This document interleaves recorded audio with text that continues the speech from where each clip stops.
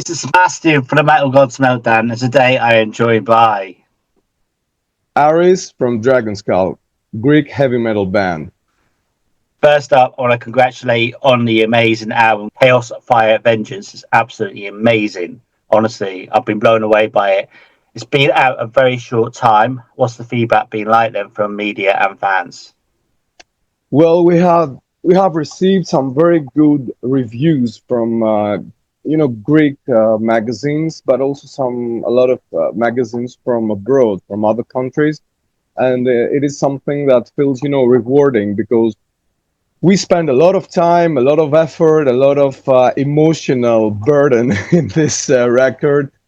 These are songs that are worked from all of us, not only concerning the compositions and the lyrics. We all worked together so that we have this result. And from the moment that it was uploaded to the new wave of traditional heavy metal channel, we have been more than happy to receive only good words. So thank you very much, everybody, guys.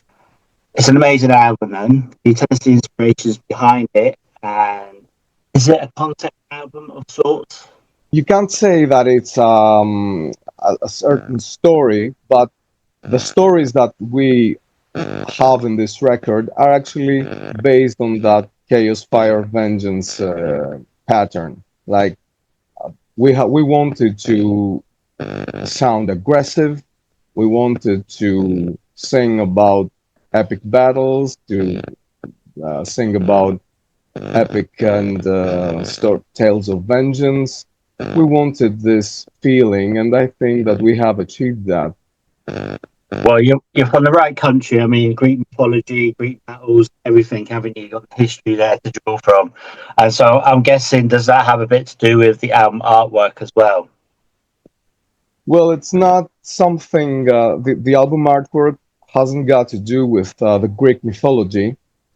Although I have to say that one of our songs, War Drums, actually has some small reflection on Greek mythology because, at least in my mind, the way I wrote the lyrics, it is the god of war that speaks to the warriors before the battle, and he says to them that he's going to guide them through the battlefield.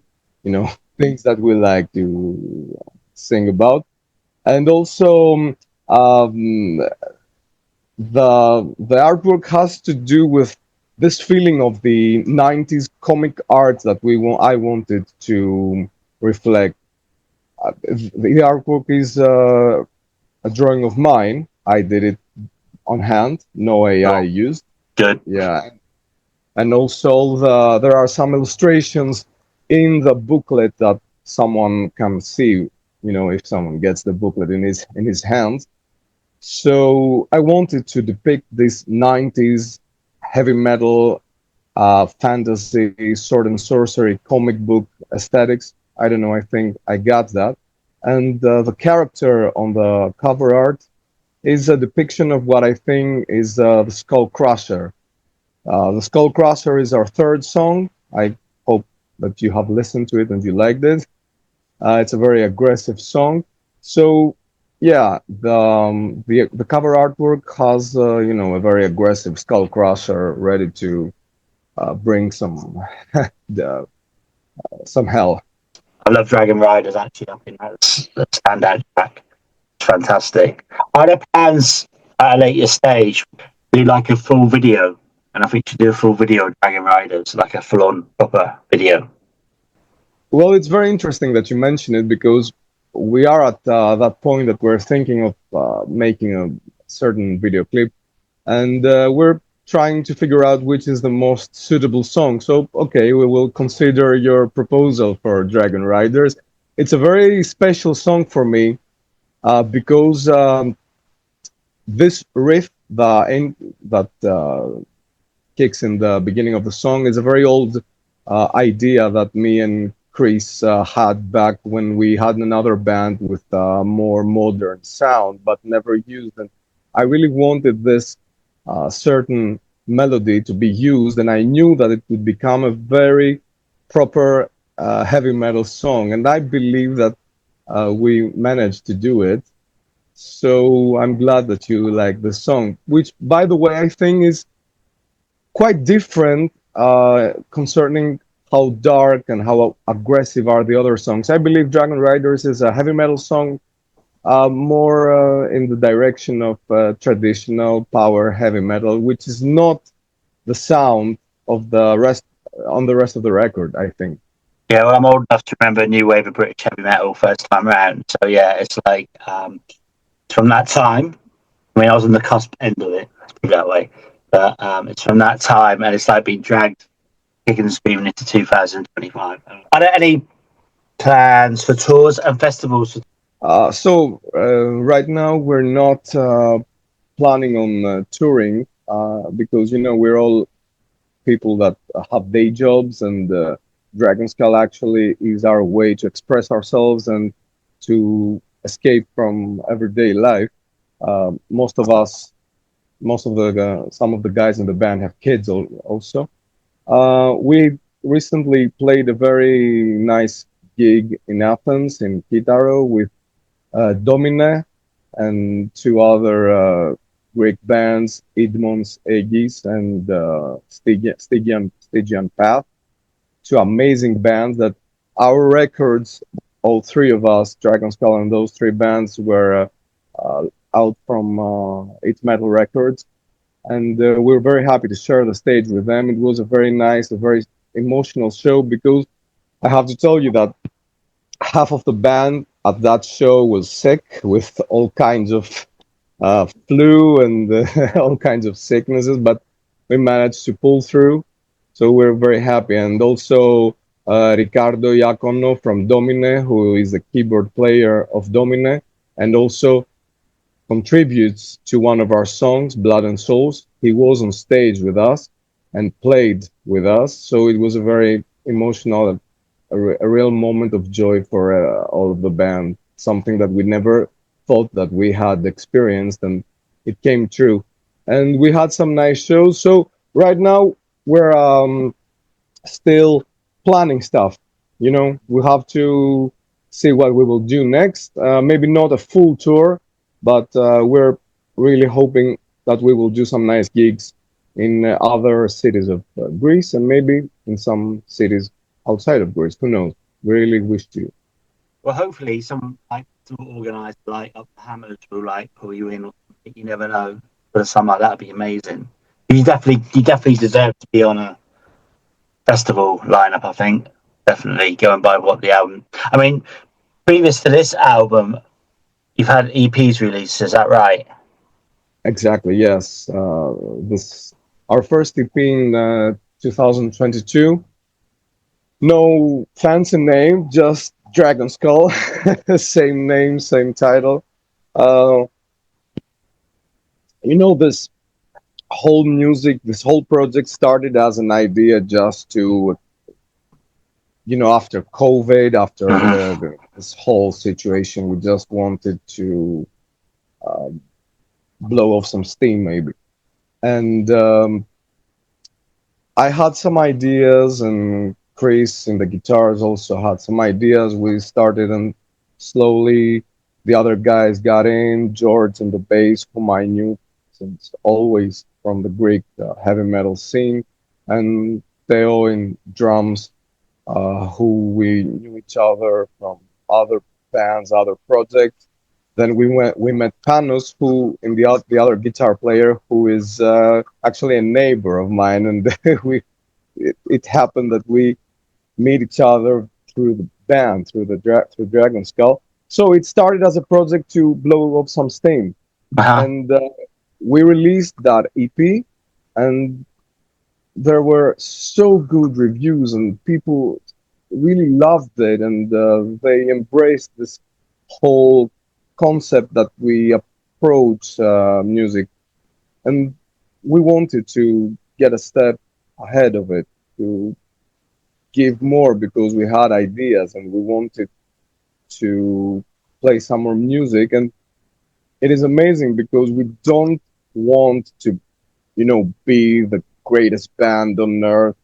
our goal is to express ourselves and to have an opportunity to sing about things that we love, about comic books that we love, about characters of fantasy books that we love, and Middle Earth, Lord of the Rings, and stuff like that. So it, it's actually something that makes us happy, that makes us, bond together, Yeah, and people seem to enjoy it and love it. So as long as we enjoy it, I believe people enjoy it with us, and that makes me very happy. brilliant. So, which track on the album then is your favourite today and why? I have contributed to almost not to almost every song, to every song, and it's very hard for me. I will pick Blood and Souls. It's the final song of the album. Um, can't say it's my favorite because I also love Skull Crusher, and I also love Numpat, which is a song for the orcs. But Blood and Souls is very special because I love the chorus. I love the whole procedure of the recording. I also, it was a very hard procedure as well. I mean, it was not all happiness because we're five very tough guys. Not tough, we're very I know what you mean. difficult people. Yeah, We're very difficult people, and it's not always fun. If you have to put something out there, you maybe have to have some conflict. But the thing is that in Blood and Souls, Ricardo from Domine, which is a band that I absolutely adore, he agreed to participate, and we had some very nice meetings discussing ideas, and the composing of the song is something very unique, and it has a special place in my heart. fantastic.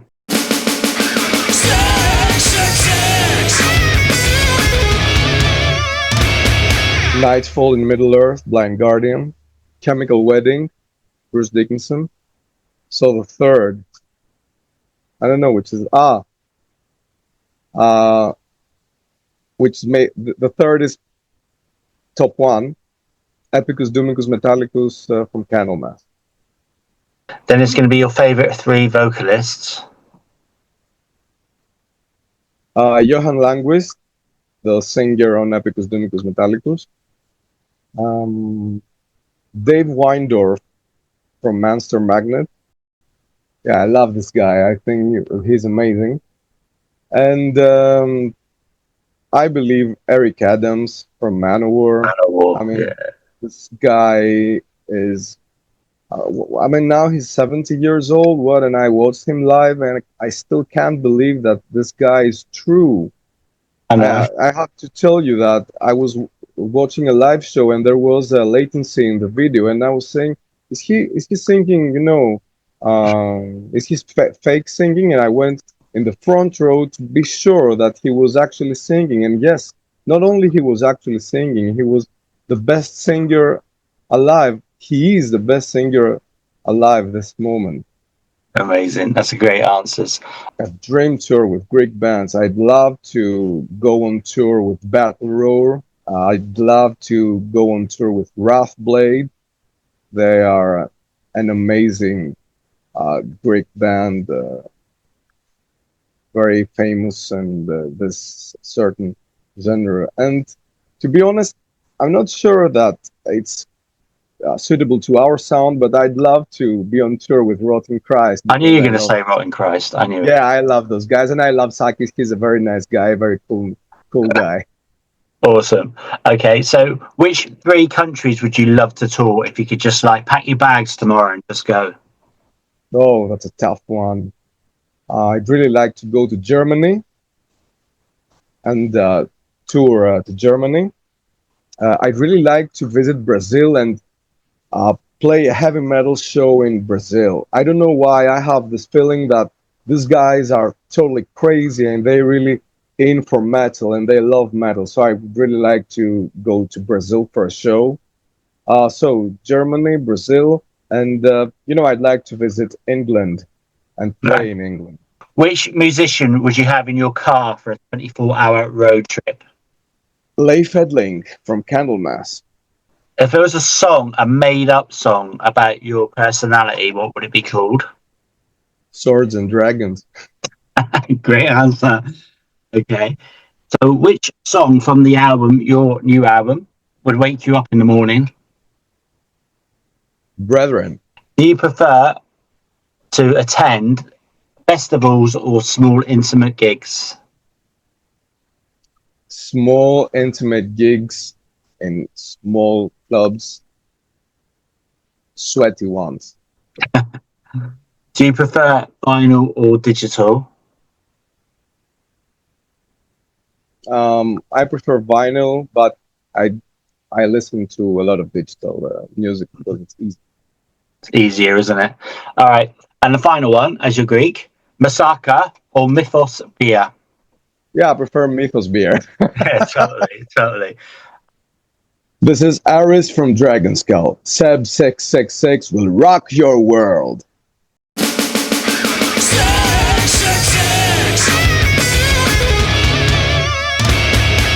Thanks so much for your time today. Do you have any final words for your fans, our viewers, and listeners?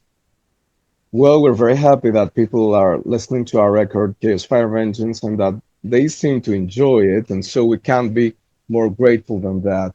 We want to thank you and see you where the dragons fly.